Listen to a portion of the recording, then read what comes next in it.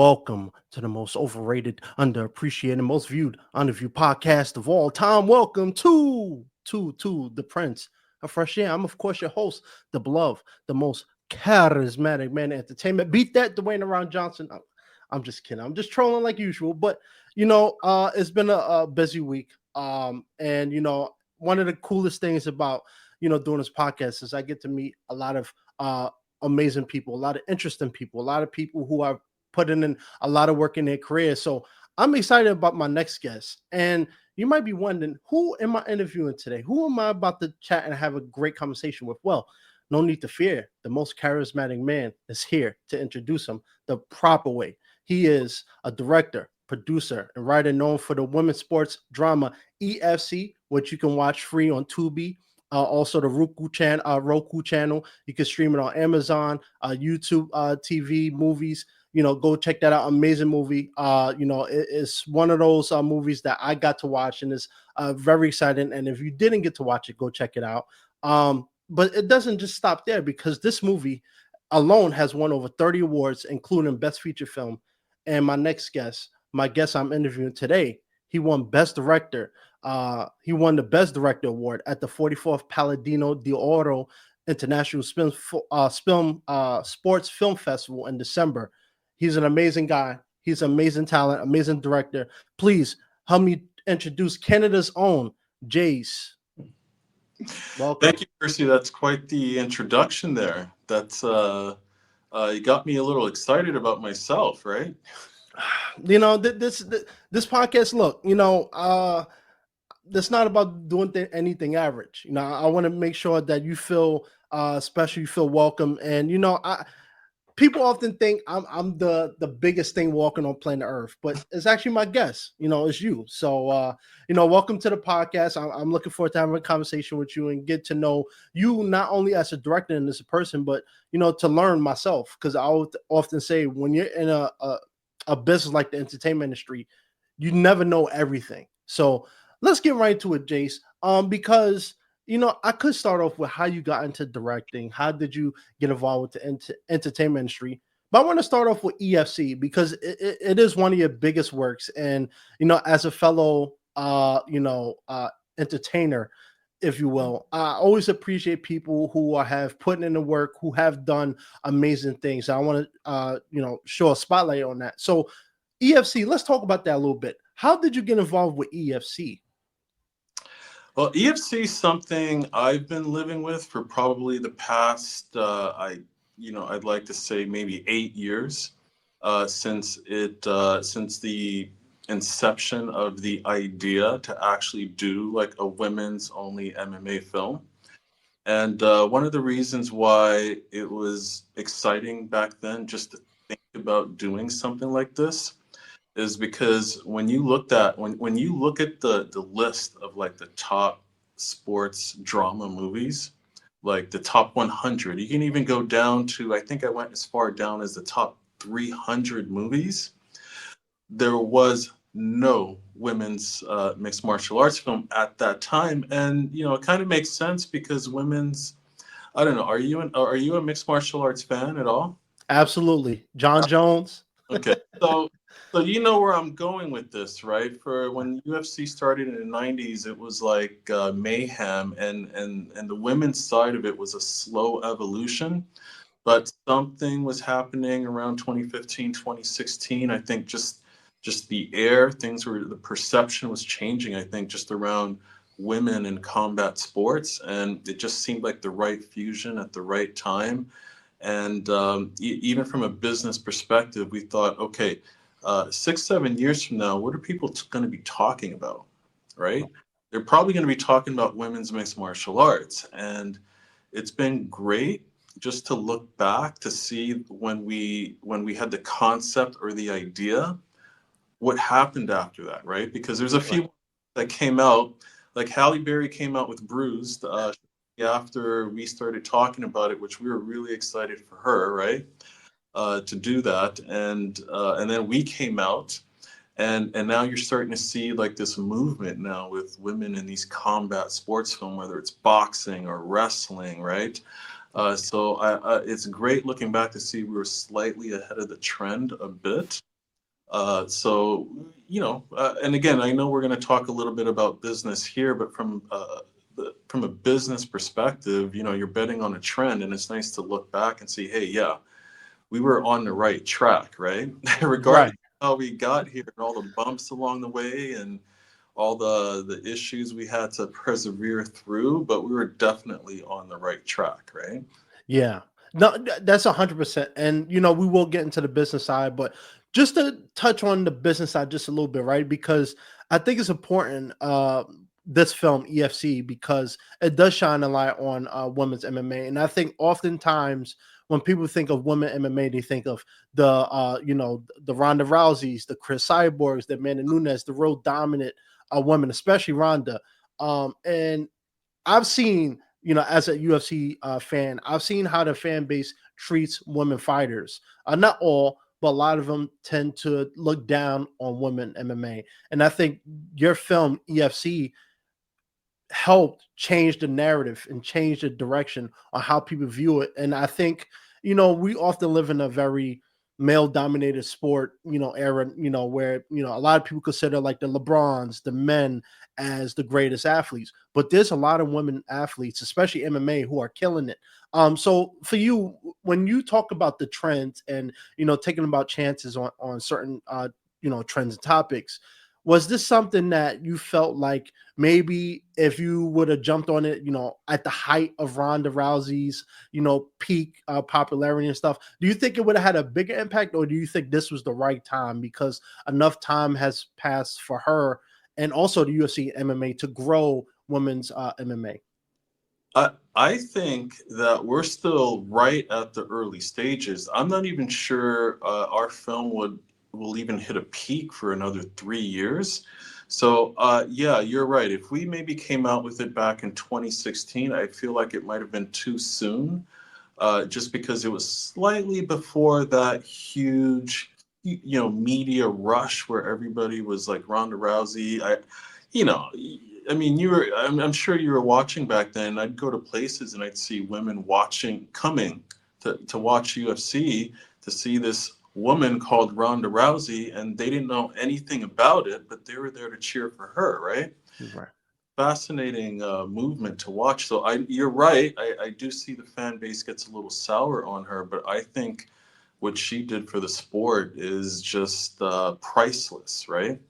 And even though we are where we are, and you've got some great athletes like Amanda Nunes, like what you're talking about, I don't think we're anywhere close to a peak. I don't think if you take movies and MMA and put it together, I don't think it's anywhere near any kind of ceiling right now.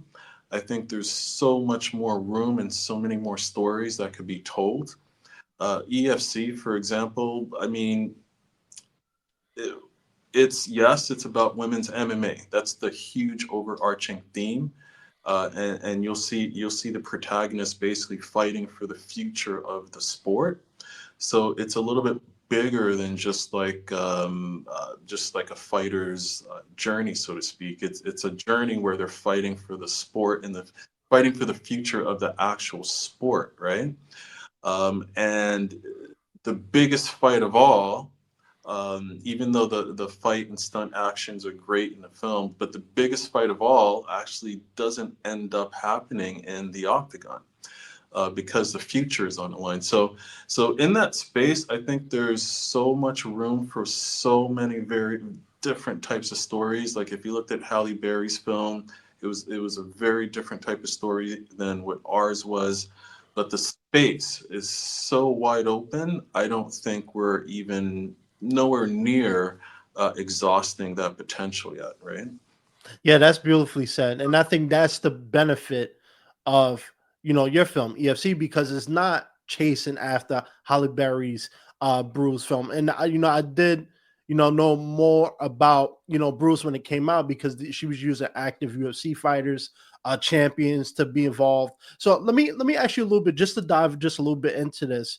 The business side of things, a lot of people often ask, directors, casting directors, producers, the people behind the scenes, how do you choose who to choose for these roles, right? You know, because oftentimes people get frustrated. They think they're right for the role, but they don't get chosen, or maybe a big name comes along and they get the role over you.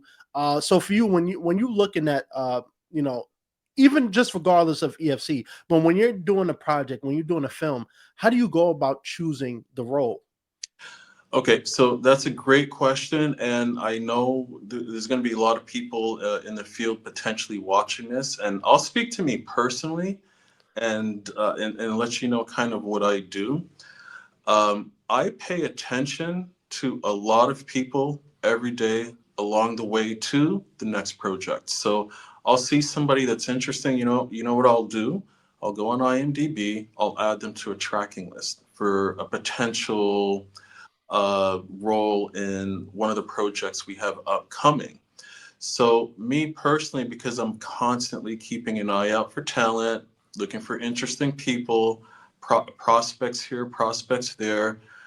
It's never really, we're not really waiting till we get there to start casting, right? Even though you're casting, you're filling in many, many, many, many, many roles.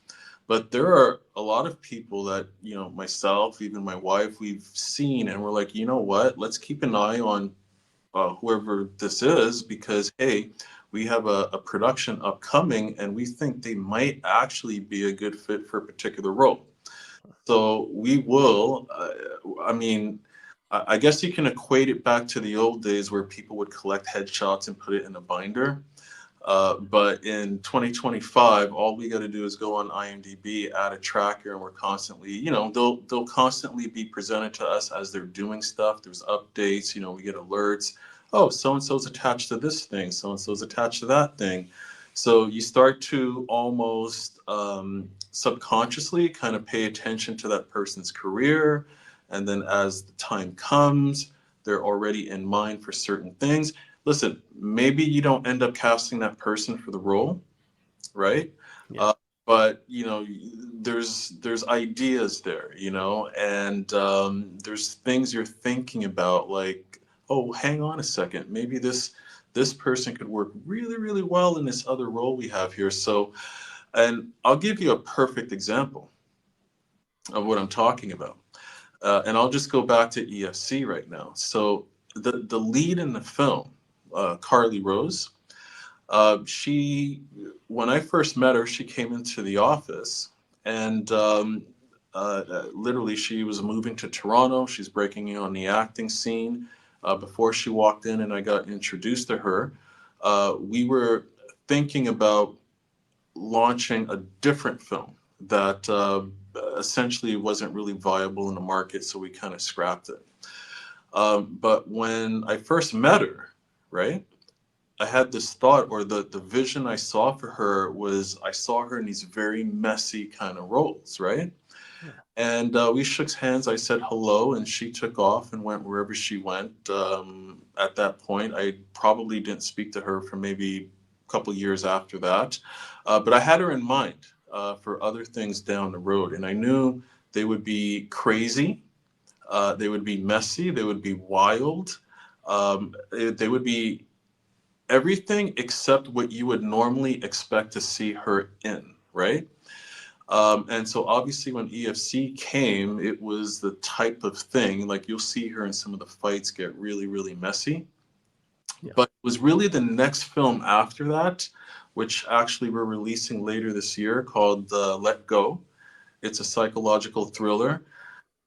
It was the craziness and the chaos that happens in that film with her character that I saw in her in the moment we met, right? Right. Uh, so when that film was being casted, I knew she was perfect. She was a perfect, perfect, perfect person for that role, right? Yeah. So a lot of times for me personally, I'm just telling you, because you're an actor, and I know a lot of actors are listening, and sometimes sometimes you don't know who you're meeting, Right.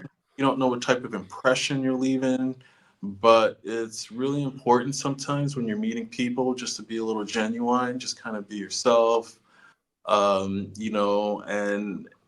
just keep in mind, you don't know what's going to happen after that encounter. You might Right. like myself sitting there like, huh, I want to go put this person here. You never know, right? And of course, time goes by. Maybe you don't think about them, but the great thing about 2025, the great thing about technology is it's very easy to stay in somebody's field of view, right? So that might be a little inside tip that most people won't talk about because I know actors think about, okay, I got an audition, there's a casting director, there's a director behind that, there's a producer behind that. I got to get these lines, do this audition. But a lot of times they're like, how come I'm not auditioning for like significant roles, right? Like big, like leading roles and stuff like that. And I tell them a lot of times you need to get in people's field of view way before that, right? I think Honora just came out. That was a perfect example, right? I think that they Yeah. had her in mind for the longest period of time, just to play a role. And I can't remember how long he said, but it was an extensive period of time. And I completely understand him. And even with the budget they have, it would have been easy for him to go with a bigger name, but he had that vision of her in that role for so long. I guess he had to see it through, right? Right. So I think so. That's maybe something from my perspective that maybe most people won't hear a lot about. But then again, if we're going to talk business, that's why it's good to make sure you have your stuff up to date. You got an IMDb profile. You know, there's a photo there. You know what I mean? Yeah. Because just little basics like that go a long way. You know what I mean? Yeah. Yeah. So I don't know if you've had that, but what I appreciated with you, I know you had a distinct look. Mm. Right? You got a distinct kind of brand. Okay. Yeah. You're someone I would meet in person, and you kind of stand out already. So it's a little. So even if I went to go add you as a tracker, you're not really somebody I'm gonna forget. But I would easily go add you on a bunch of projects and stuff that we're looking at. Just because of the unique kind of look and everything else you have going on. So yeah, so some of the basics that sometimes I have to tell actors is, look, don't neglect your IMDb, don't neglect a lot of your branding. A lot of that is very helpful because it keeps you in the field of view of a lot of decision makers, right? I'm not saying you need to go do dumb stuff or like post crazy things, but just basic stuff, right? Basic. Yeah. Yeah, I definitely appreciate that comment, and it's definitely a conversation I have with active friends of mine, my manager and stuff, and it's like I just had a meeting with an agent not too a couple days ago, and they was talking about this. They say, look, you have a unique look about you, and one of the things I'm aware of, especially when I lived in LA, it was kind of one of the things I remember a casting director saying. He was like, look, you got to find something to stand out from the room. When you have, for instance, you have 10 black actors in that room, how do you make sure you stand apart? Yes, the acting can be phenomenal, but sometimes that may not be enough to get you that role. So how do you stand out? And throughout that process, I started figuring out, hey, you know what?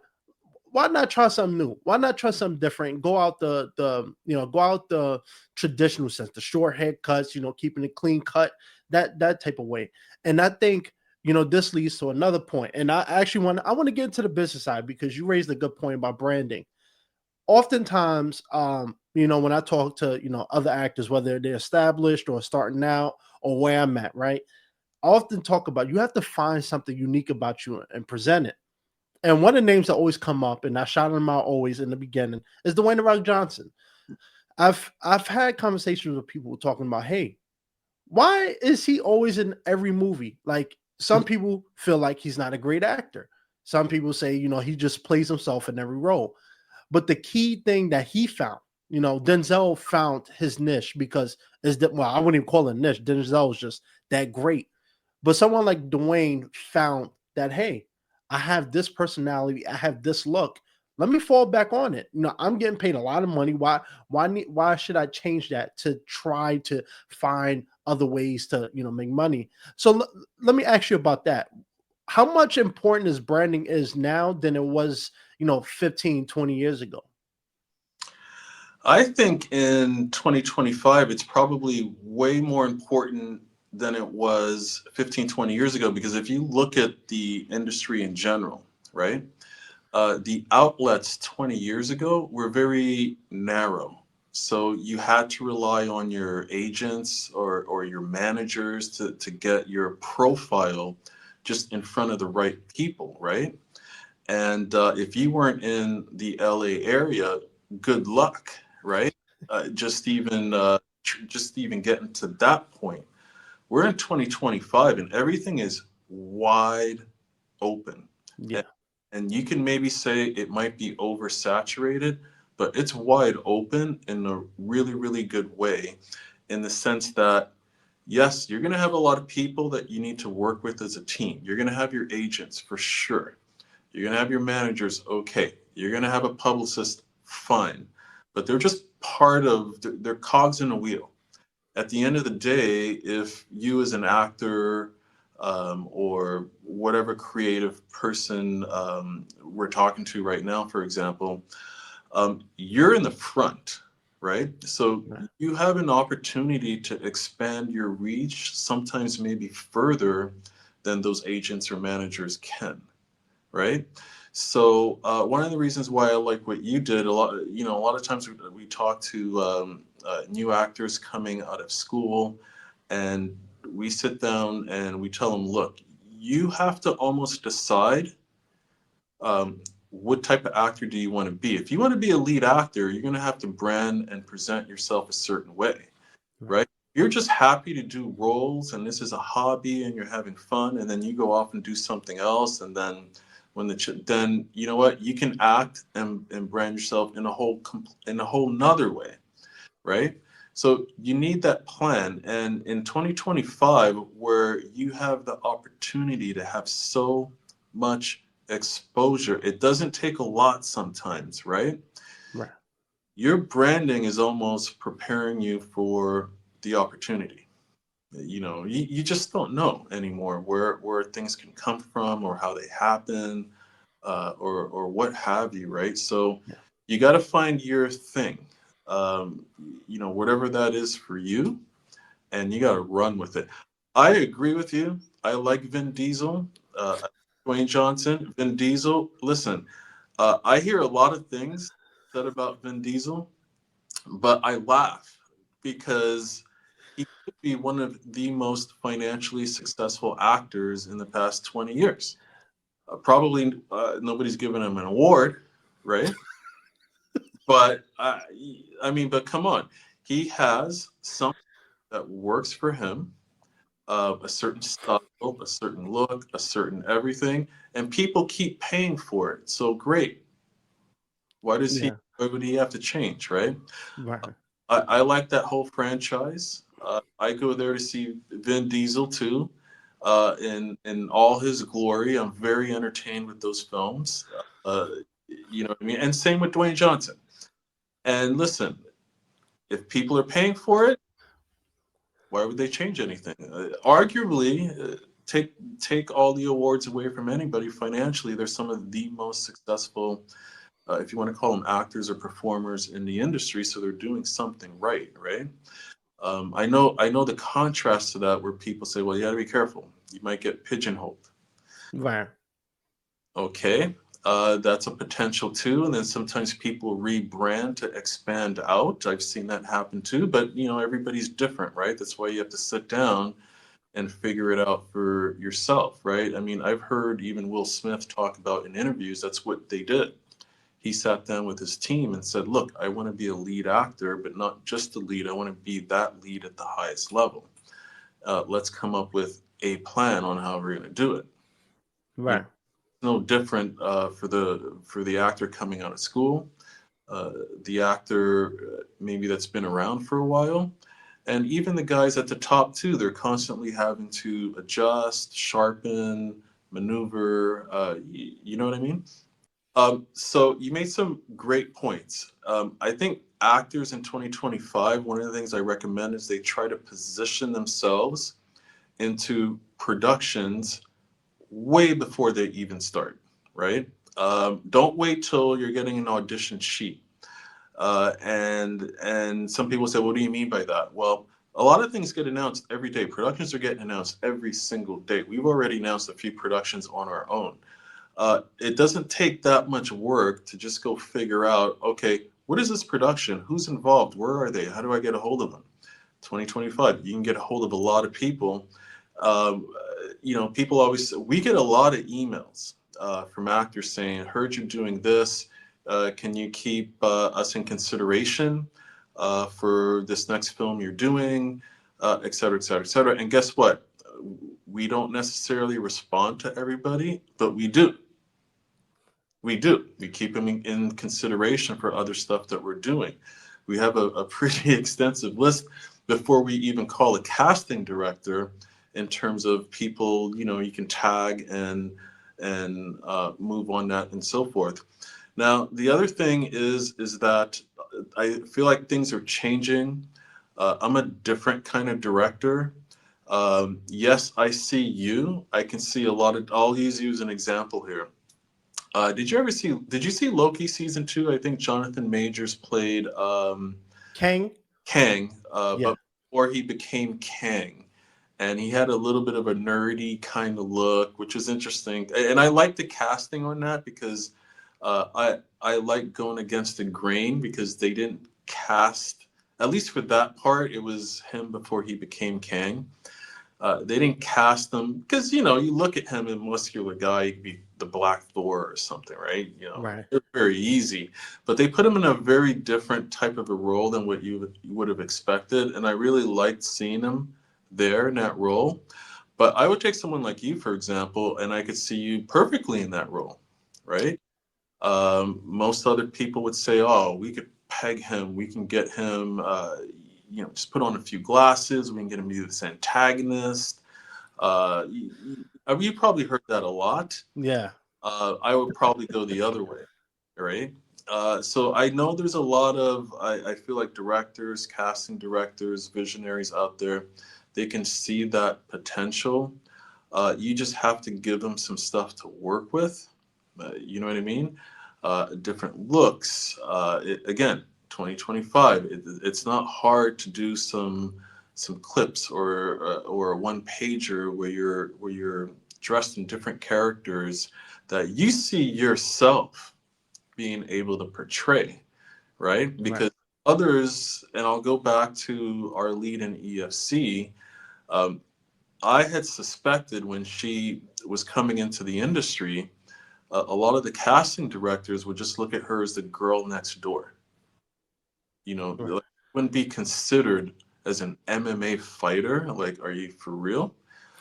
Getting bloodied and all that type of stuff. It's like, but then, and especially in the next role she has coming out too. So once people start to see you in all these different ranges, they start to have ideas. They can have a vision there of maybe what you can be. But I do think it does start with maybe the roles that you could see yourself playing, right?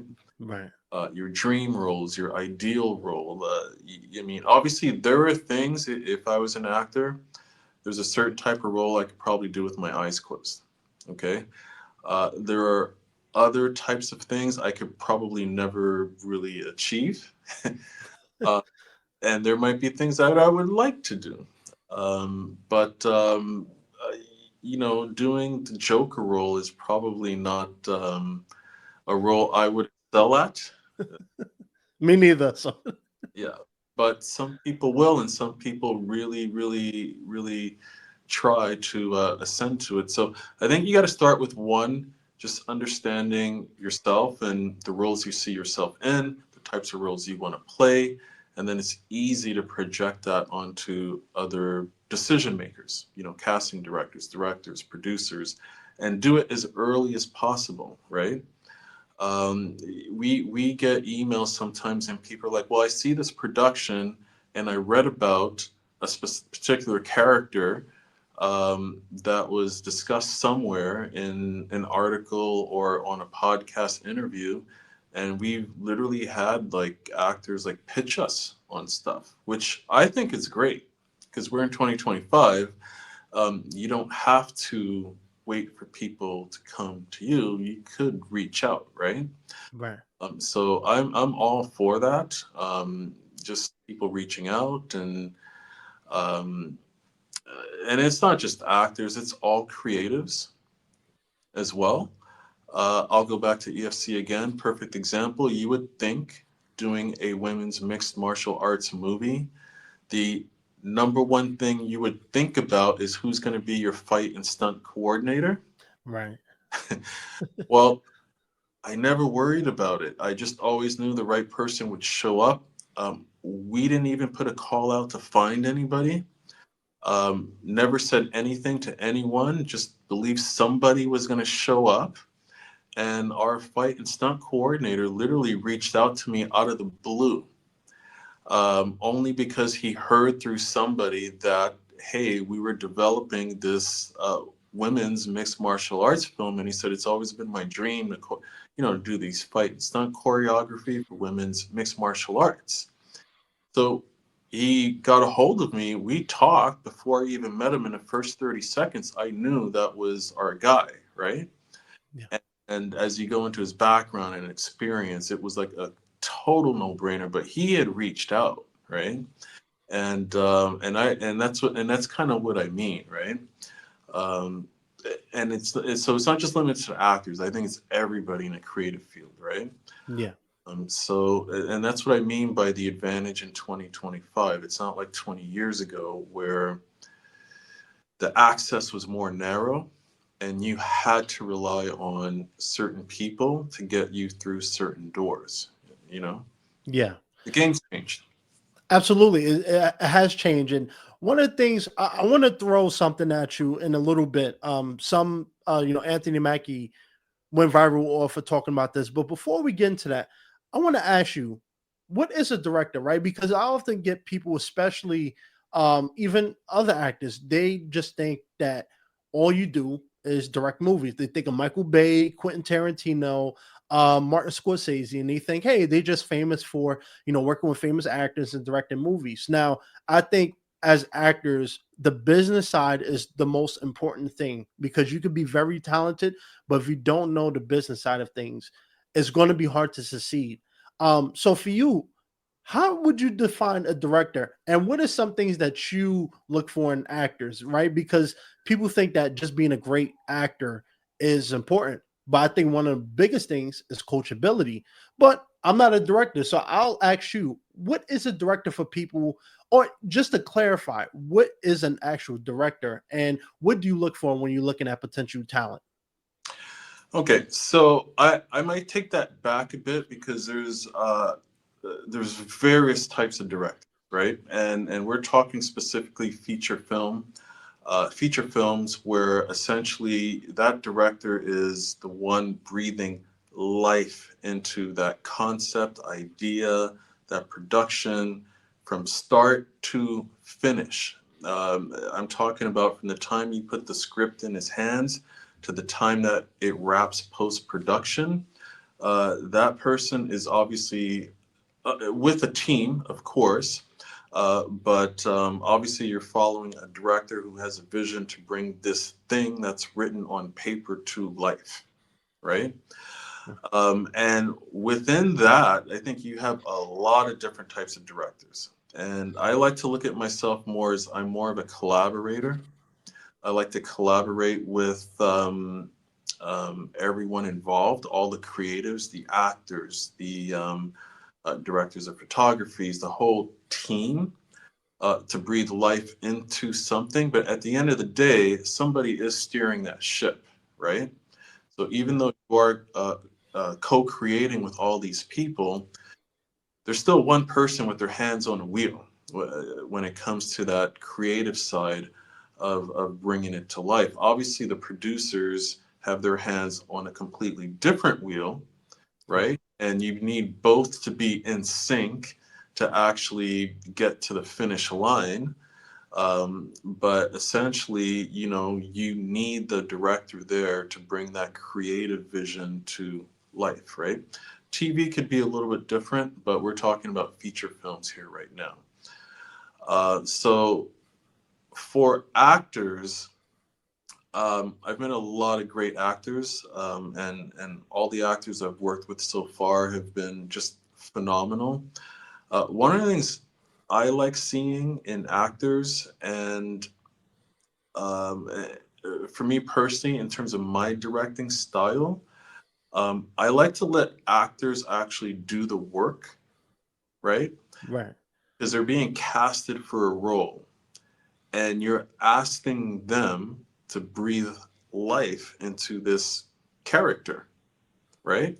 So sometimes, maybe just like a new baby that's being born, you know the baby's coming out, but you don't know what the baby's going to look like, right? Right. So when you start working with actors, sometimes it's like, okay, I want you to breathe life into this character, and let's see what this character is going to look like, right? So, so with us working with confident actors who have that experience where they can do that and then still make adjustments on the fly is great. But one of the biggest things I would say at the top of my list in terms of what I really look for in an actor is I like seeing the actors who are not selfish, but will do whatever they have to do to make their scene partner also look great. So there's two people dancing. If you are so focused on what you're doing and not necessarily the other person too, then the scene could still work from a direction point of view. You could fix it, but when you have actors that care enough for the scene, Right. uh, and they could almost help their partner dance with them and dance better, bring them up, elevate them while they're elevating themselves. You have magic there, right? It's magic. Yeah. Wow. That's beautifully said. I appreciate that, not only just as an actor, but as someone who's, I always look at it as you always learn something new. And that's why I love having people like you on who are at the top, because you understand how the business works. And I think a lot of actors kind of forget that, hey, just because we're in front of the camera don't mean we shouldn't know the people behind the camera, because those are the ones that make the choices, not your fellow actors, right? And I want to run something by you though, real quick. Anthony Mackie, the new Captain America, Brave New World. I liked it, despite what the critics said. It's actually a good movie. Now, everybody's gonna have different opinions, but one of the things he talked about on the press release, he did an interview, and he talked about how parents and people lie to children about pursuing a career, whether it's entertainment or sports, but pursuing something very hard to get into, like entertainment. And one of the things he kind of talked about was like, it's not just about talent, it's about luck. Because look at his career. He's done so many movies, he's played a lot of supporting characters, and it took him up to 25, 30 years to finally become the leading man. Now, it's changed now where we're seeing people who might do one or two, student films or smaller feature films, and now they're getting pulled to do major roles. And I think one of the biggest things about this industry, and I've kind of seen this in LA, which I didn't like, was it seemed like everybody was chasing to be a movie star. Now, I'm not knocking that. I know I often get, people often think I'm full of myself because I look like somebody important, but I think if you love this business, you have to also understand it is a business, and you have to be real about how you approach it, because not everybody, and I keep saying Denzel, but I use him as an example because everybody wants to be the next Denzel. Everybody wants to be the next Kevin Hart or Dwayne The Rock Johnson. But to get to that point, it takes a lot of work, and it takes a lot. And honestly, it takes a lot of opportunities and chances. When you're casting an actor, whether it's me or somebody else, you're taking a chance on us, unless you're, a name brand already. you're taking a chance. A casting director, when they send you an audition, they're taking a chance to, look at you. And I look at it that way. Every opportunity is an opportunity for you to show your craft and show who you are. And I think that's the most important thing. So let me ask you about that. Do you think Anthony Mackie's comments is right? That is a lot more about luck than it is talent sometimes. I do agree with what he's saying because I know where he's coming from. But let me start off with this. When I was, I think, 18 or 19, I went to a motivational conference, and there was a billionaire talking. This guy became a billionaire in the financial industry, and he gave this huge motivational speech, right? And everybody was excited sitting there because they wanted to hear what he was going to say. Maybe he had a secret formula on how to win in business, right? Because you can apply what Anthony Mackie said to almost any business, right? Not just show business, but you want to build cars, you could almost apply it there too, right? Right. But we all showed up to try to find out what he was going to say. How do you win in business, right? And I remember at the time I heard him say, if you want to win in business, it's going to take you 15, 20, 25 years. And I threw my hands up like, oh, man, are you kidding me? I don't believe that. That can't be right. Like, come on, get out of here. This is like whatever year that was. I'm like, that was your time. The times are different now, I was thinking. It's not going to take 20, 25 years just to do something successful in a craft, a field that you like. Okay. 25 years later, right? I can go back to that moment and I understand exactly what he's talking about, because I don't think it matters what the business is. It could be the film business, whatever it is. No matter what you're doing, I think it takes, and I know a lot of people don't want to hear this, but you have to hear this. It could take 10, 15, 20, 25 years to get to the level where you can generate that type of revenue, and we'll take it back to the film business, where you could actually sit there and be like, okay, this is my business. I'm making a lot of money. I'm comfortable. Now, everybody's path may look different, but just to accumulate the experience and the talent, the know-how, the people. Listen, Anthony Mackie is Captain America, but yeah, he had a long journey. But guess what? I did like the movie, by the way. Fine. I don't know what people are talking about. Yeah. I was entertained. But at the end of the day, you take somebody who just came out of film school and put that person in his shoes, that production will collapse. They don't have that experience and it's just to lead a set and to lead other actors, right? And to just be in that spotlight. So it takes a long time just to develop the skills, right? Just through trial and error and doing and learning and understanding. I talk to actors all the time. I said, look, it's great that you are constantly active in what you're doing. You're going to your scene studies, you're doing your courses, you're getting better, you're keeping your skills sharp. But I think I tell them one of the other things that can make you great is if you understand, again, how does a film set work? Mm-hmm. And camera angles, what the DP's doing, what the DP and the director are talking about, right? Maybe understand the producing side element, round off your knowledge so you can be a better business person in this field, so you can position yourself in the types of roles that you want, right?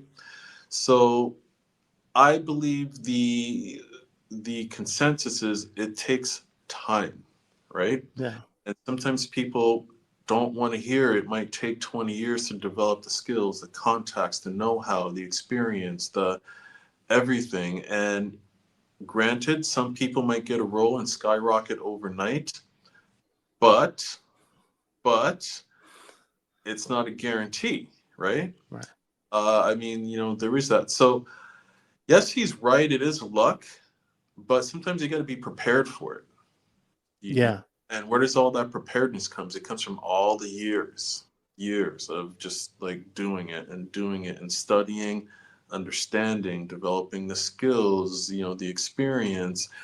Um, I can tell you for me, when I had decided I was going to enter this sector, this space, the film space, one of the first things I did is that I said I can almost understand the business elements just because of my background.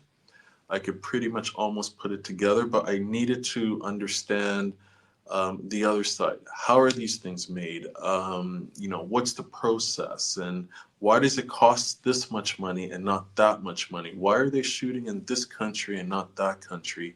There's so many, many, many, many, many questions that you had to ask. And even when I started to get into the industry, what I did is I essentially wanted to be on every possible set that I could be on. So when somebody asked me for something, hey, can you photo double for Bill Crosby at the time? I'm like, okay, but there's a huge age gap. Yeah, no problem. I just said, yeah. Can you come and do this? Can you come and wrangle background? Absolutely no problem. Whatever it was, I did it just to be on those big sets to understand how they worked, right? Yeah. And that's me in the background, just taking notes, observing, understanding. To me, I thought it was great because it's like people are paying me to be here to learn. So it was fine, right? And I did that for probably 4 or 5 years, you know? Yeah. And then from there was a plan. And listen, um, you mentioned earlier, you said EFC was like significant work to date. There were other productions, right? Right. Uh, just didn't make it out the pipeline. But a lot of the other ones that didn't work, when we got to doing EFC, they kind of prepared me to do that because we had so many challenges with that production, right? And there were so many ways to pivot.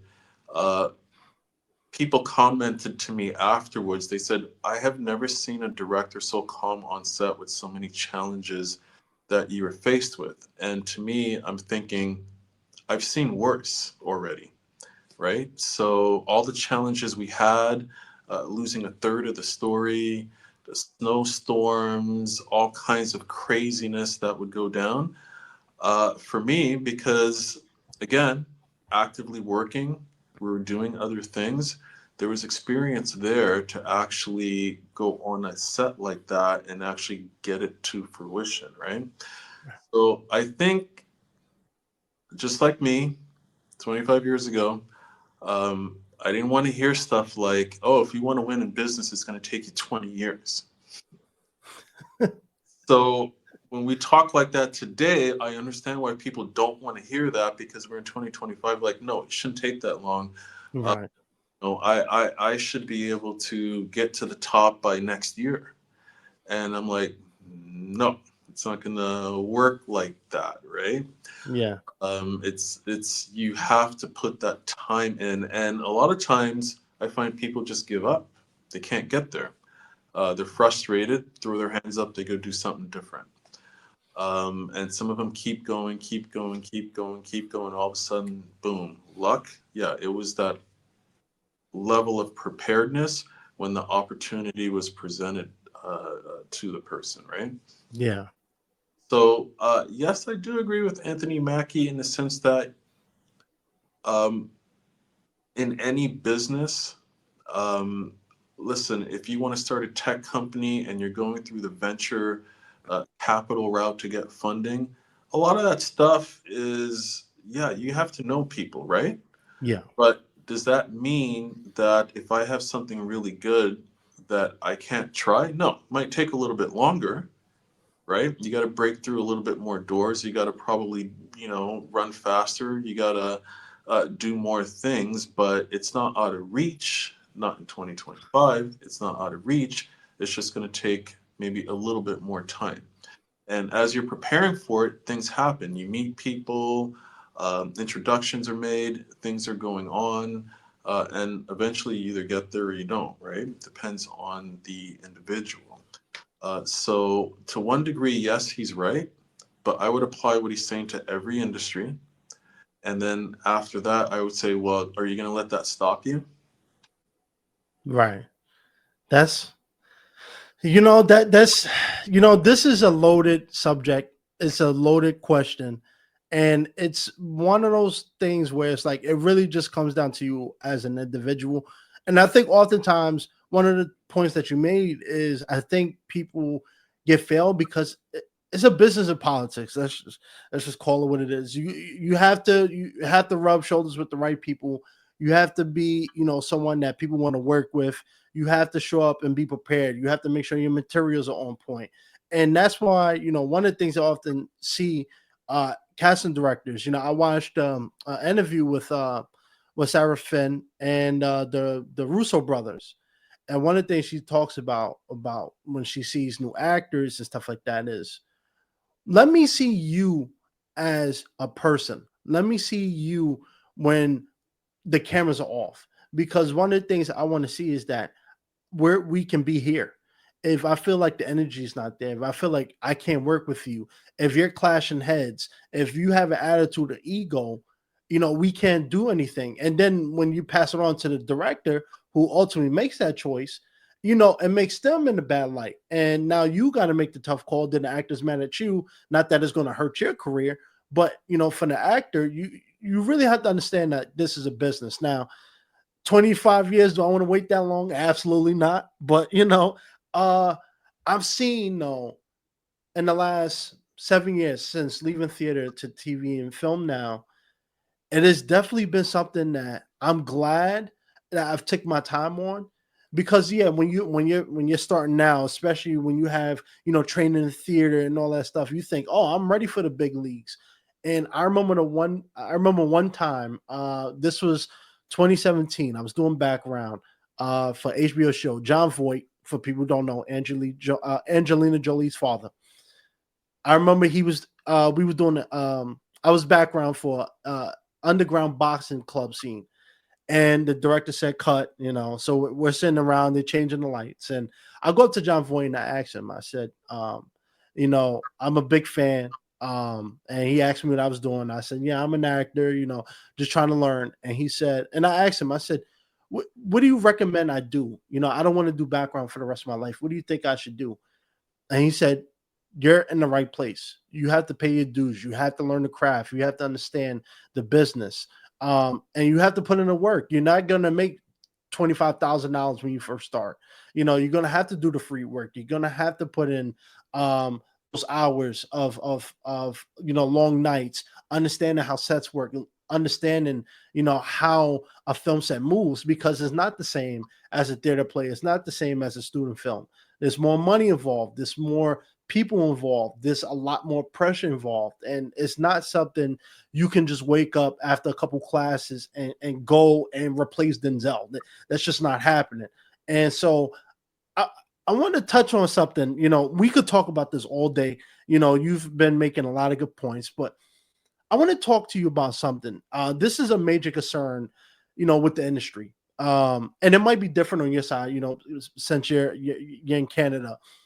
But a lot of people, especially in the union, are complaining about the pay. The pay is not the same. We're seeing even celebrity actors complain, hey, I'm not making the money I used to. But what's going on here? But one of the things I want to stay away from the money side, because we could talk about that all day. But one of the things I see as a common criticism is self tapes.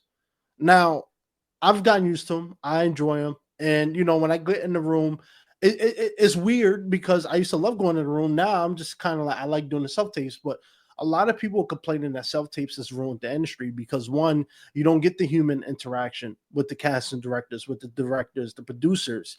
More people have access to submit for these, and it makes the talent pool larger. So meaning now you have more competition. But I say, look, everything changes, everything evolves, and you have to roll with the times. But I want to ask you, maybe it's different on your side. But is that a big thing, self tapes, and what is your opinion on that versus being in a room for auditions? I think there's definitely no substitute for meeting somebody in person in the room. But at the same token, I think self tapes have been great because, first of all, when you start to audition for a role, as you said, you could have 100, 200 people. And a lot of times, sometimes maybe the director, the casting director, they may not be 100% sure what they're looking for, but they're going through tapes. And I know for us, myself, my wife, she co-produces with me. When we look at, and she prefers to look at all these audition tapes, that's more her thing too. I get a little drained from it, but sometimes you're looking for different things, right? Right. And I know specifically on our last film when we did EFC, there was, I won't say her name, I'll just say there was an actress that we casted in a small role. And it was specifically because she was going through the self tapes. And it's not that it was the best self tapes, and most self tapes I don't put a lot into. I'm looking for key things. I just look to see how professional is this person, right? Meaning, is the sound kind of decent? Is there some decent light? How much effort did they actually put into it versus not?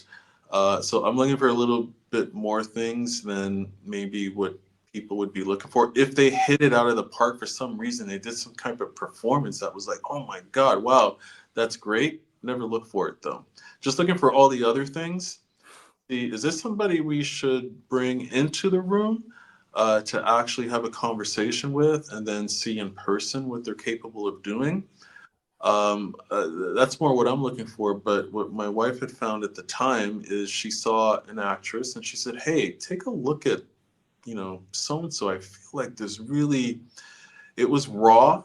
You could tell she was newer versus some of the seasoned actors and how they auditioned. It was very textbook. They used the formulas, using the room, using the space. They did everything right. This one was raw, but she's like, there's something there. There's something there." So we never met with her, but we kind of, and she doesn't even know this, to be honest with you, but we kind of created the tiniest of roles just to cast her and see how she actually is on set for the future, because obviously we're working on other things for the future to see if she could potentially work in other things.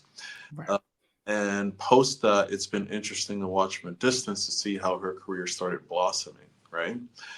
So the self tapes, I know people are negative, they're like, can't get in a room, can't shake hands, can't meet so and so they could remember me and I could stand out and this and that. But I think the self tapes are great because they do save time. That's a huge, huge factor. You can make an impression, right? People can go back to those things for other stuff, right? I think you just, again, the times have changed. It's just Yeah. utilizing it in the best way that you can to make the maximum type of impression that you can. And then from there, there's a point where you do get called in a room. You just have to make it through the first part now, right? Right. And not that, and let me say this, and not that it was the greatest thing before, because sometimes you have these auditions, there's 300 people there, and you get into the room and it's like, maybe you're in the middle of the pack, right? And these people are like, oh my God, I got to get out of here, we're so tired today, we can't. So there's that too, right? Right. People forget, just the human element of it. People get tired, they're fatigued, they're ready for the day to end, they just want to get through it. So sometimes you may do something really, really cool, but they're not quite seeing it. Versus a self tape, they can come back to it, right? Yeah. Pause if they're tired, get back to it tomorrow, right? And they're looking at it from fresh eyes. So there's pros and cons to both, but it is what it is now, and it is a time saver for actors. It's a time saving saver for casting directors. I just think you got to put the best foot forward, and people do see things. They see, the level of commitment you have to creating it, to doing the tape, to the character. Those things speak volumes, even if you get the interpretation of the character completely wrong. You get a side, and again, I get it. It's like nobody explained to you it should be a dramatic thing, and they want comedy, or vice versa. Even if you get it wrong, it doesn't matter because a lot of times people are evaluating all the other stuff, right? Right. How serious did you take it, you know, and how serious did you treat that role? The level of professionalism just in doing the tape and delivering it, you know. So there's all those other factors that speak to the individual too, uh, and and and who they are, that maybe sometimes goes unaccounted for, right? Yeah. Yeah. That 100%. I have to agree with that. And I look at it this way, and I remember, I hear this from a lot of people in the industry. The key for me at this point, whether you're in the room or self tape, is don't try to book the role, just try to book the room. Meaning, you want to be able to impress people enough that they keep calling you back, or even if you're not right for the role, they call you in for something else. And I think that's the most important thing, because we're not always going to be right for the role, even if we feel like we deserve that role. We don't make that choice. The people behind the scenes, the people who control the productions, make those choices, right? And I think, some things that we can't control is out of our control, but what we can control is our work ethic, our professionalism. And it's a hard industry, and we could talk about this all day, right? And I know you got self tapes to watch, so I'm not going to keep you all night, all right? But I want to ask you, you know, as we get close to wrapping this up, because I know it's getting late. I don't want to keep you too long, but um, December, you're in the audience, you get the Best Director award. What was that feeling like for you after 25 years from hearing that speech to now you're getting recognized for your work? What is that feeling like?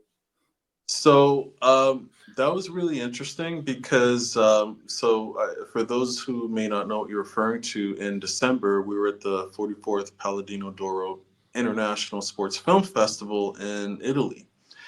And EFC was there, was nominated in I can't even remember, I think seven different categories, including Best Feature, Best Sports Film, and Best Picture, and obviously Best Director.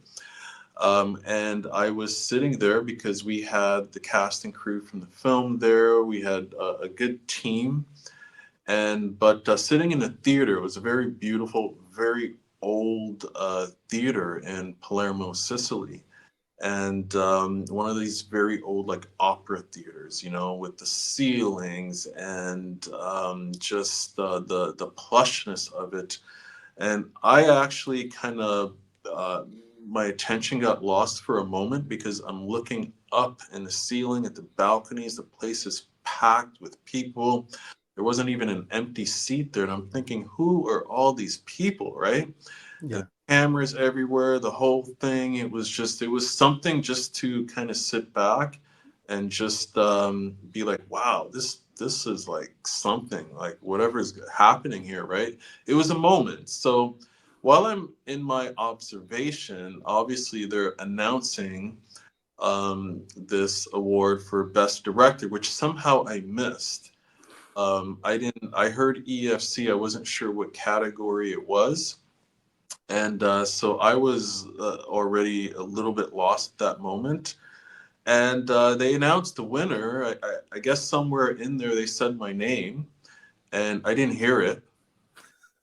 But everybody's looking at me. I'm like, okay, why is everybody looking at me like that, right? They're just all like turn around looking at me, like nodding their head. My wife's like tapping me, like, I'm like, what are you talking about? What's going on? They're like, well, you won Best Director. And I'm like, I did? It took me, the moment was moving so quickly, I had to like try to catch up to it. I wasn't even sure how to get to the stage. And typically, my type of personality, I would have scoped it out ahead of time just in case we win, you know, Best Picture. How do we get up there? I'm moving in the wrong direction. I'm trying to catch up with myself. I think by the time I got to the stage, they handed me a award. I had to say a few words. By the time I got to the end of the few words I was saying, thank you, I think I had caught up to myself, right? Yeah. So just it was like a little surreal in terms of the experience and what was going on, but it was I was quite honored to have been given that. It just wasn't in my mind at that moment. I was just more in the moment of like, oh, look at this place. My goodness, this is like, like something from like another era, and like these people, where are all these people coming from? And then all of a sudden, it was my moment uh, that I had to catch up to, right? So it took me a little bit to really process that. I think it took me a day or two just to understand the magnitude of what happened, right? Yeah. Because it was a big honor to get that, in terms of best director. It was the third one I had last year, but it was quite significant just because of where it was, and the festival and everything going on, our team being there, and yeah, it was just a great experience that will stay with me for probably a very long time, right? Yeah, that's incredible. I think, some people chase money, but I think a lot of people chase accolades. And I think, especially in this industry, it's very competitive, it's very hard. And to be recognized for your work, you know, that's what I want. I want to be an Oscar winner. I want to see what it feels like to reach that status of, yeah, you are the man, and you are the man. And I think that's the beautiful thing, right? So, Jace, um let me ask you, as we close out, two, I'm gonna give you four options, but technically two each. Two directors, past or present, you want to work with that you haven't got the chance to, and two actors, past or present, that you would want to work with if you had the chance. I think let me start with the actors. There are. Denzel. uh, I would like to work with Denzel. I heard he's retiring after a couple of films, which Yeah, we'll see. I'm gonna throw a name out there, and I'm gonna say Viola Davis is one. Uh, absolutely. just because there are, I have a vision of how she could be in certain characters. I think I have a long list in terms of past, present, but most of them are probably from a particular generation. So she's one. Um, I think that let's see, who would be the other one? I mean Denzel. Like I said, I'd like to throw him in there because there's so much I feel I could do with him. Yeah. But I guess I can, right? Even if he's retiring. Uh, Maybe if there's enough money on the table, you could pull him out, right? Yeah. Well, to be fair, I'm not trying to hint at your choices, but he might be retiring acting, but he'll be behind the camera. So, Yeah, well, okay, fair enough, right? So um, he would be great. In terms of directors, I don't, Denzel. well, actually, no, I'm going to go Christopher Nolan first. That's fair. That's a good choice. Definitely, I think, could be one of probably, uh, I mean, in my opinion, uh, 20 years when we look back in time, I think we're going to look at him as one of probably the most talented and best directors of our time. Just his filmmaking style, you look at his work, a lot of the work that it doesn't, it's almost timeless. Some of his films, I believe. He has a very unique kind of style. It's almost like he's shooting almost these very creative independent films on very super high budgets, right? Yeah. Freedom to make it the way he wants to make them, right? So I think he's definitely at the forefront in terms of a filmmaker of our time.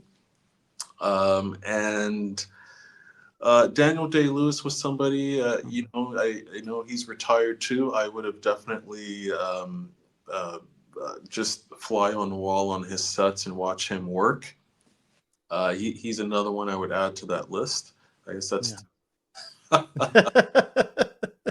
for the most part. But yeah, the list could go on and on and on and on. Yeah, it's man, Denzel.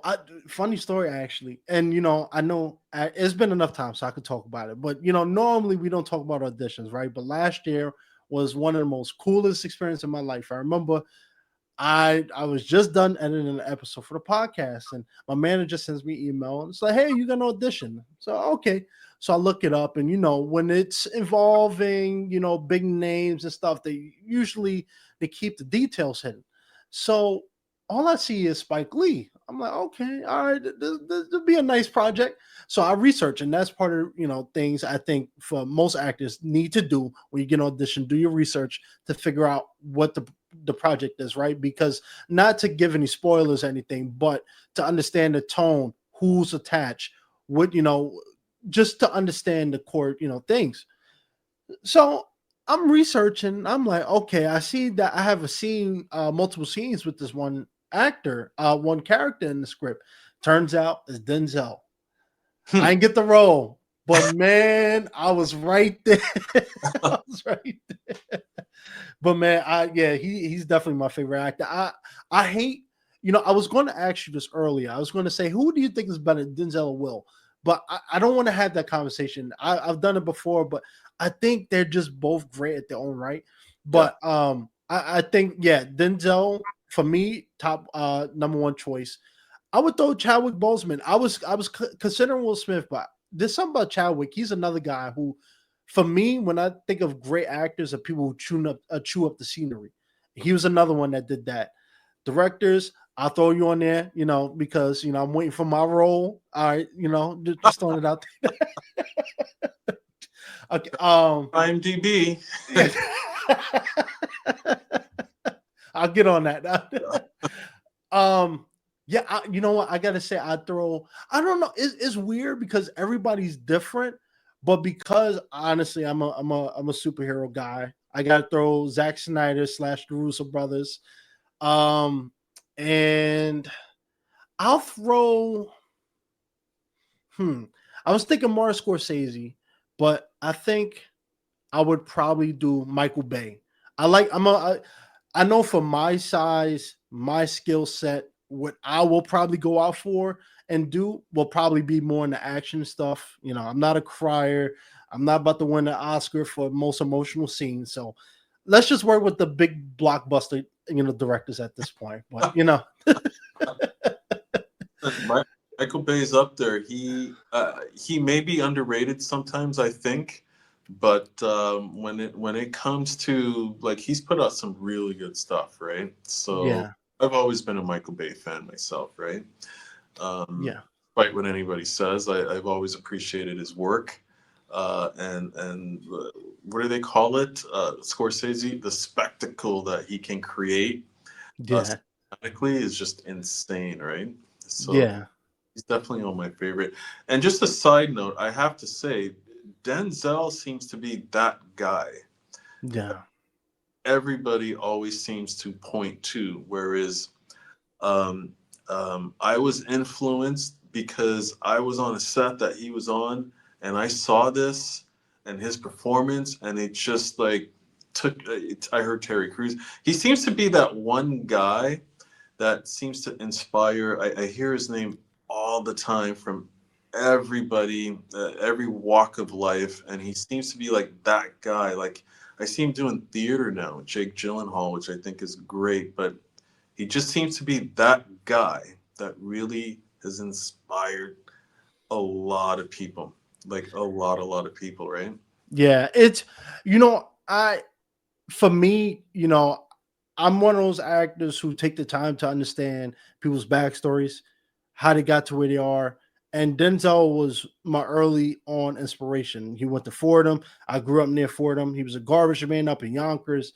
And, he was theater trained. He went to the top schools. He put in the work. And to see not just a black man, but to see an actor who can, there's very few actors, and I call myself the most charismatic man, right? But I think that is not Denzel. Denzel is somebody who just, it don't matter what role he get, it don't matter how many lines he got, it don't matter what scene he's in. It just seems that he steals the show every time. it's one of those skills that it's a generational thing. I mean, not everybody's going to be in Denzel, and I think that's why he's so highly praised, because you don't see actors like him who are true actors who they can take any role and make it so where you remember that role, even if it's a small 2 minute monologue. He will make it memorable, and I think that's a skill that I consider myself a good actor, but Denzel, man. Yeah, bow down. But listen, again, going back to earlier, Denzel, like, how long did it take, right? That's true. Yeah. I heard him say that Gladiator 2, which I like too, I really enjoyed his performance, was the biggest set he had ever been on, right? Denzel Washington. Yeah. And that was the big, in all his years and all the films and everything he's done, he said that was by far the biggest set that he was ever on. And I'm thinking, wow, how long has he been in the business? How many of these crazy big, 200-300 million dollar productions have been done, right? And he's Right. the biggest. So it again, it goes back to time, right? Yeah. Doing a Uh, yeah. Honestly, 100%. And I think it's a testament to the point you was making earlier. Times has changed. I said this before. It's Denzel grew up in an era where a training day can make a lot of money in the movie theater. Now, I don't think, I think people have fond memories and appreciation of training day. But in this society, in the movie theater, it wouldn't sniff anywhere the money it would make back then, because Marvel, the big blockbuster action movies, Transformers, those are the movies that everybody's kind of craving for now. And I think that's why Denzel's so beloved, because he reminds people of a time where it was just about the acting. You didn't need a major big set piece with CGI and green screen. It was just a guy who just chewed up that scene. And now, not to say there's no great actors, of course, we still got a lot, but I think it's just a different time period where those movies just, they're not making those movies in 2025 and beyond. It's going to be the Marvel. And, I think, a lot of people don't like it. A lot of people, I know Martin Scorsese have said this many times. Hey, superhero movie acting, superhero movies aren't real movies. But I do think when you look at Marvel's success, even DC, but Marvel alone, they've made way more money in a short amount of time than most studios have over, 2-3 decades. And I think, you know, actually, you know what? Let me do this. Let me ask you, because there are people who say Marvel actors are like Disney actors, where, yeah, they're great at their characters, but they're not necessarily great actors outside of those characters. How do you feel about that? And do you think superhero movies is not the future, because everything changes, but do you think right now that is what people want? I definitely think the Marvel DC stuff, a lot of the film. Look at Avengers Endgame. I think they're very cinematic films that are telling really good stories. They just have characters that have certain types of whatever superhero powers, right?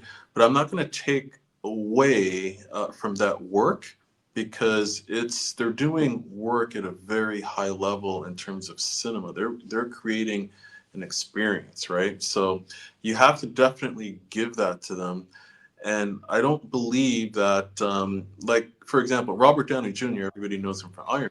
But he was a great actor before Iron Man. He just had a lot of issues getting back to the top. Like, but if you go back to his early work, he was always a really good actor. Yeah. And there's so many others that are great actors. They can take other roles, right? But I think we just recently, my wife and I saw Scarlett Johansson in Fly Me to the Moon, right? Played a very different type of character than what she played in Avengers, and great, killed it, no problem. I think the question people are asking is, yes, you look like you're bankable when you're in this MCU film, but when we take you out of there and put you in another film, the film doesn't produce the type of money that we saw in that MCU film. So it must be the character or the MCU brand or whatever it is that's actually Yeah. bankable and not the actual actor, right? Right. So, which could be why we have seen Dwayne Johnson in a superhero film. But hey, listen, I was entertained with Black Adam. I don't know what people were so upset about, but Yeah. I, I was entertained. I like work there. But essentially, there was a time where you could look at him and look at all the films that he made, and you can equate a number. Oh my God, if it's Dwayne Johnson, for every dollar we put in, we're going to make 15, right? You can almost bank on it. So the issue, I think, with a lot of the actors is they don't have that outside of, let's say, maybe the MCU. So I understand why some actors don't necessarily want to go there because they want to basically bet on themselves, Right. sure that their bankability is at a high place, and that's almost taking charge of their future. But again, there's no right or wrong either, right? Yeah. So it's just it goes so many ways. I think I saw an article the other day where they said Samuel Jackson might be the highest paid actor ever. Yup.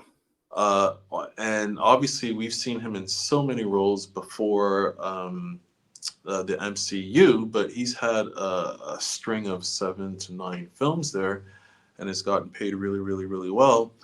But but he was a bankable actor before that, and I feel like you can take him out of there, and he's still going to be a bankable actor. So there's no one way, really. I think it's just the person, your brand. What do you want to do? How do you want to do it? And all those things, right? Yeah. It's a lot of variables involved. And, I always say, like, superhero movies is kind of what I'm kind of, aiming for, not because of the status, anything, but I just enjoy the genre. Now, I would do any, role, but I see, to be honest, I'll be honest. I've noticed that the people who are most successful right now in today's society, acting wise, are ones that are stars in Marvel and to a certain extent DC. You know, people often talk about the lack of movie stars now. We don't have, besides like a Michael B. Jordan and maybe Jonathan Majors. It's not a lot of big movie stars anymore. They're all older now. They're all either retired or getting ready to retire, and it's a different time. But one of the things I've noticed is a lot of the Marvel people, they're getting movie deals left and right. They're on Netflix, they're on Apple, they're on Amazon, they're in another movie on movie theaters. And I do see the criticism that, I'm not going to point out anybody's name, but I do see criticism of a lot of them who a lot of people say, hey, yeah, he was great at Thor, but outside of Thor or outside of Spider-Man, or outside of Iron Man, the acting is serviceable at best. And I don't think it's right to do that, but also see why, like to your point, I think people like Samuel Jackson, Christian Bale, who did I think it was Love and Thunder, Thor, and some of the other big names or working actors who have a successful career, they do well because they were successful before. People know Samuel Jackson before, Marvel. Whereas a Tom Holland, he wasn't really known to the public before he became Spider-Man. So everybody judged him based off his Spider-Man performances. And I don't think it's right, but that's just the industry we live in. And I think, like you said, there's no right or wrong. I know, Denzel's calling me up right now, talking about why you keep mentioning my name. But I know you got I know you got a lot of projects that you're working on. And I know you mentioned Let's Go, a feature film you're working on right now that's coming out this year. And I also know you have another movie, Genesis, that you're currently working on. So before we get you out of here, get you back to Canada where you belong, let's talk about that. Like these are the projects you're working on. Anything else that you're working on that you want to share, or maybe just hint that, because I know some things you want to keep close to the vest until time. Well, we've been talking a lot about Genesis because I like to say, everything we've been doing has been kind of building to that. At the end of the day, that was the film, or this is the film that I've really always wanted to do. Yeah. And again, if you want to track maybe my inception point to the time we do Genesis, you can almost clock 15 years, right? Yeah. That was always the film that I wanted to get to and that I wanted to do. And so Genesis is quite special. It is going to be, it's a film about original thought theory. You know, it's set in a world where there are no more original thoughts. Every thought that could be thought has already been thought, right? Interesting. Okay. So, um, so we're exploring what that world will actually look like, but it is grand and it is going to be a spectacle of, I would say, Inception level. So that one has our full undivided attention. And as you mentioned, we do have another a psychological thriller coming out this year called Let Go, which, if you know Gone Girl with Ben Affleck and you take Honora, put them together, that's what you're going to have with Let Go. It's a very tense thriller with a lot of chaos in it as well. And we're really looking forward to that one this year. So we do have a lot going on, and you'll hear us talk a lot about those films because they're up next. Obviously, on the future horizon, we have other projects that are in development too, such as Monopoly, which is a story about the collapse of the monetary system, right? What does a world with no money look like? I like to throw that question at people, like, and just so we get people thinking, right? So as you could probably tell, we do lean towards a lot of the more thought-provoking types of stories. Uh, Yeah. I don't enjoy Fast and Furious, right?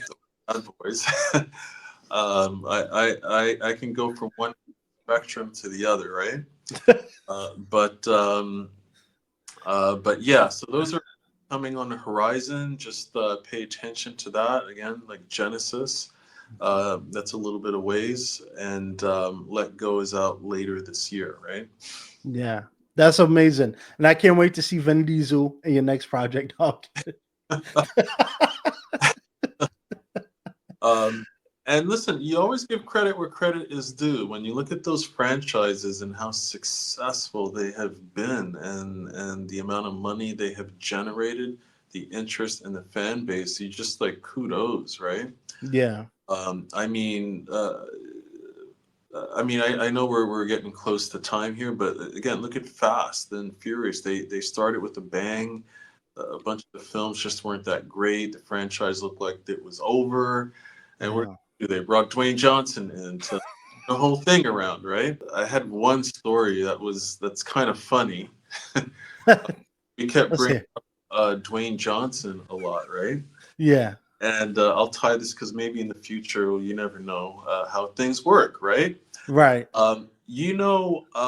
Where I learned what a lead actor is was on one of his sets. He was doing a movie called Tooth Fairy, and I kind of forgot about this. Classic. I Uh, forgot. Yeah. I forgot about this. I forgot that I was actually on that set. And I think it was a year ago. My wife saw something somewhere, an ad. I'm like, oh, wait a minute. You know what? I had a call when I was in Vancouver because ABC Family, Disney, they were diversity and inclusion. They were having a little panic attack because they had this movie that they were doing called Tooth Fairy, and in Tooth Fairy Land, they needed better representation. So I got a call, and someone asked me, "Can you come?" And I didn't even hear what was said. I just said yes. I'm like, yeah, sure, whatever, I'll be there. What do you want me to do? Okay, we're gonna call you later in the week. We need to show you for some costume fitting. I'm like, costume? Okay, great. Okay, yeah, no problem. Just yeah, because I was saying yes to everything. So I show up there and they're like, yeah, we're gonna fit you for this costume. I'm like, well, what is that? Well, it's a tooth fairy costume. Oh, and then I'm like, wait, you want me to be a tooth fairy? And they said, yeah, that's Dwayne Johnson. That's The Rock. Those are his wings right there. I'm like, wait a minute, he's dressing up like that too? And I'm like, yeah, okay, I got no problems with that, right? Yeah. It's all good. We'll go. And I went there on set and I was doing background there. And what was interesting was and I'm saying this because obviously I can say this as a fly on the wall. Um, I saw him, and this is where I knew or learned what a lead actor was, and that's when I knew he was a lead actor. There's a reason why he gets paid the money he gets paid, because he led everybody on that set. He took them up to like his level, and he moved in such a way where people, everybody, was happy to be on that set. Like they were just having a good time, right? He led all aspects of it, controlled the energy, controlled the attitudes, controlled the. It was really nice to watch him work. So I always said, one day, if you go full circle and you actually end up working with this guy, right? I thought it would always be a great thing because that's where I learned what a lead actor was. How they operate, how they can lead other scenes, how they can lead other people, how they can lead the set, how pivotal they are to the actual like success of the film, the willingness to go the extra mile.